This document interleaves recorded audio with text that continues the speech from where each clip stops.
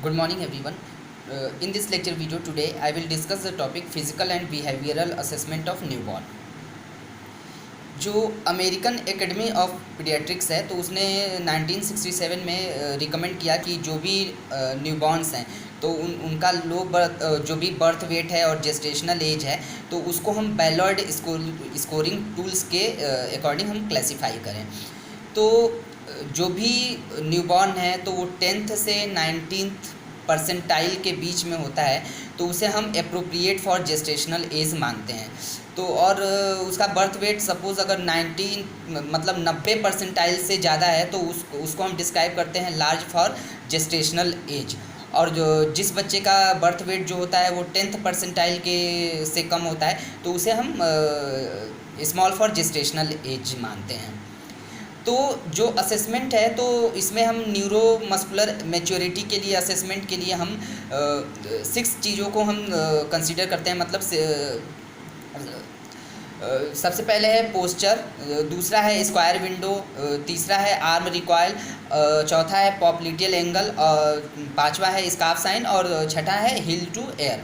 Posture में हम उसका नेचुरल पोजीशन हम देखते हैं कि न्यूबॉर्न जो है वो एज्यूम कर रहा है कि अपने बैक पे एज्यूम कर रहा है कि नहीं, तो इसको हम स्पाइन पोजीशन में हम उसको ऑब्ज़र्व करते हैं। स्क्वायर विंडो के लिए हम रिस्ट की फ्लेक्सिबिलिटी को देखते हैं, रेजिस्टेंस को देखते हैं। जो आर्म रिकॉयल है तो इसमें हम जो भी पॉजिटिव फ्लेक्सर टोन है बाइसेप्स मसल्स का तो उसको हम देखते हैं। और जो भी एंगल ऑफ रिकॉयल है तो उसको हम मेज़र कर लेते हैं कि जो मतलब कि एक्सटेंशन ऑफ अपर आर्म से लेकर के हम उसको मेज़र कर लेते हैं। नेक्स्ट है पॉप्लिटियल एंगल। पॉप्लिटियल एंगल में हम मैच्योरेशन को हमें देखना होता है कि मतलब नी जॉइंट जो है उसको हम चेक करते हैं। तो इसके लिए हम एक्सटेंशन ऑफ लोअर एक्सट्रीमिटीज़ के से रेजिस्टेंस को हम देख लेते हैं। नेक्स्ट है स्कार्फ साइन। स्कार्फ साइन के लिए हम एल्बो और एल्बो हम देखते हैं तो हाथ को हम लगा करके जैसे कि एक दुपट्टे की तरह से हम बेबी के दूसरे एल्बो पर हम लगा करके हम उसको देखते हैं। अब मतलब कि कहने का मतलब ये है कि उसके जो भी हाथ है उसका तो उसको हम अपोजिट साइड के शोल्डर पर हम लगा करके देखते हैं, एक दुपट्टे की तरह से हम लगा करके देखते हैं और उसकी पोजीशन को देखते हैं और तब उसको हम मार्क करते हैं। नेक्स्ट है हील टू ईयर। तो इसमें हम हिप की फ्लेक्सिबिलिटी को मोस्टली हम देखते हैं। अब हम बात करते हैं कि असेसमेंट ऑफ फिज़िकल मैच्योरिटी हम कैसे करते हैं। तो फिज़िकल मैच्योरिटी को असेस करने के लिए हम 6 चीज़ों को फिर से हम असेस करते हैं। इसमें स्किन को देखना होता है, लैनिगो को देखना होता है, पाल्मर सरफेस को देखना होता है, ब्रेस्ट को देखना होता है या चेस्ट को, और आइज़ और ईयर को, और देन जेनिटेलिया को। तो इन्हें हमें असेस करना होता है। स्किन को असेस करने में हम उसकी कैटेगरी हम मतलब इसमें बैलार्ड स्कोरिंग में पूरी कैटेगरी बनी हुई है, उसमें मार्क्स बने हुए होते हैं। तो हमारा जो टोटल स्कोर आता है और उसके अकॉर्डिंग हम उसको हमें पता चलता है कि इतने वीक्स का जेस्टेशनल पीरियड है। तो स्किन में हमें ये देखना होता है कि उसका स्किन का टेक्सचर क्या है, ट्रांसपेरेंसी कैसी है, उसका थिकनेस कैसा है, फ्लैकिंग कैसा है, पीलिंग ऑफ एपिडर्मिस जो भी है उसको हमें नोट करना है। लैनिगो है तो लैनिगो में ये जो भी न्यूबॉर्न है उसमें फाइन हेयर्स सीन होते हैं, मतलब दिखाई देते हैं उनको हम मतलब स्मॉल हेयर लाइक स्ट्रक्चर्स दिखाई देते हैं, उसे हम लैनिगो कहते हैं।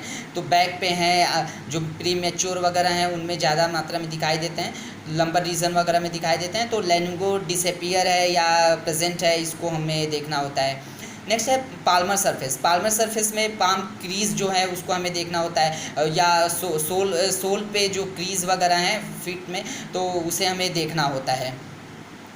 नेक्स्ट है ब्रेस्ट टिश्यू में उसमें इसको भी हम मेज़र करते हैं और मीजरिंग टेप वगैरह से हम उसको मेज़र कर लेते हैं।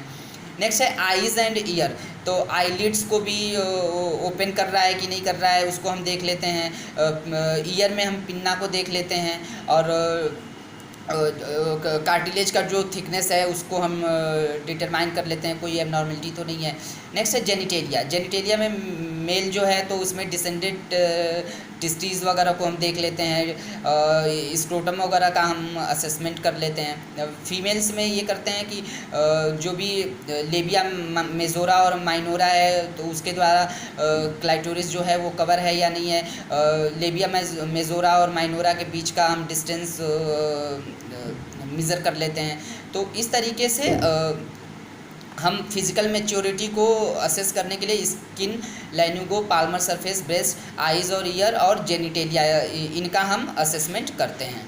और इसके अकॉर्डिंग हम जो हमारा टोटल स्कोर आता है तो बैलर्ड स्कोरिंग में -10 से लेकर के 50 तक की स्कोरिंग बनी हुई होती है। तो इसके अकॉर्डिंग जो हमारा स्कोर आता है तो 20 वीक्स से लेकर के 44 वीक्स तक का हम जेस्टेशनल एज हम कैलकुलेट करते हैं। तो इस तरीके से 37 वीक्स से जिनका जेस्टेशनल एज कम आता है तो ऐसे बच्चों को, ऐसे न्यूबॉर्न को हम प्री मैच्योर कहते हैं। 42 वीक्स से जिनका ज़्यादा आता है उसे हम पोस्ट मैच्योर बेबी कहते हैं। तो इसमें एक चीज़ ये कहना चाहूँगा कि बैलर्ड स्कोरिंग और न्यू बैलर्ड स्कोरिंग में बस ये डिफरेंस है कि जो बैलर्ड स्कोरिंग है उसमें सिर्फ टर्म बेबी को कंसीडर किया गया था, लेकिन जब अब लेटेस्ट में जो न्यू बैलर्ड स्कोरिंग की जाती है तो उसमें प्री मैच्योरिटी को भी हम असेस कर सकते हैं। यह बेसिकली जो बैलर्ड स्कोरिंग है वो जन्म से 42 आवर्स के बीच में करना होता है। Okay, today I have discussed about physical and behavioral assessment of newborn. I hope you have understood the topic. Okay, thank you.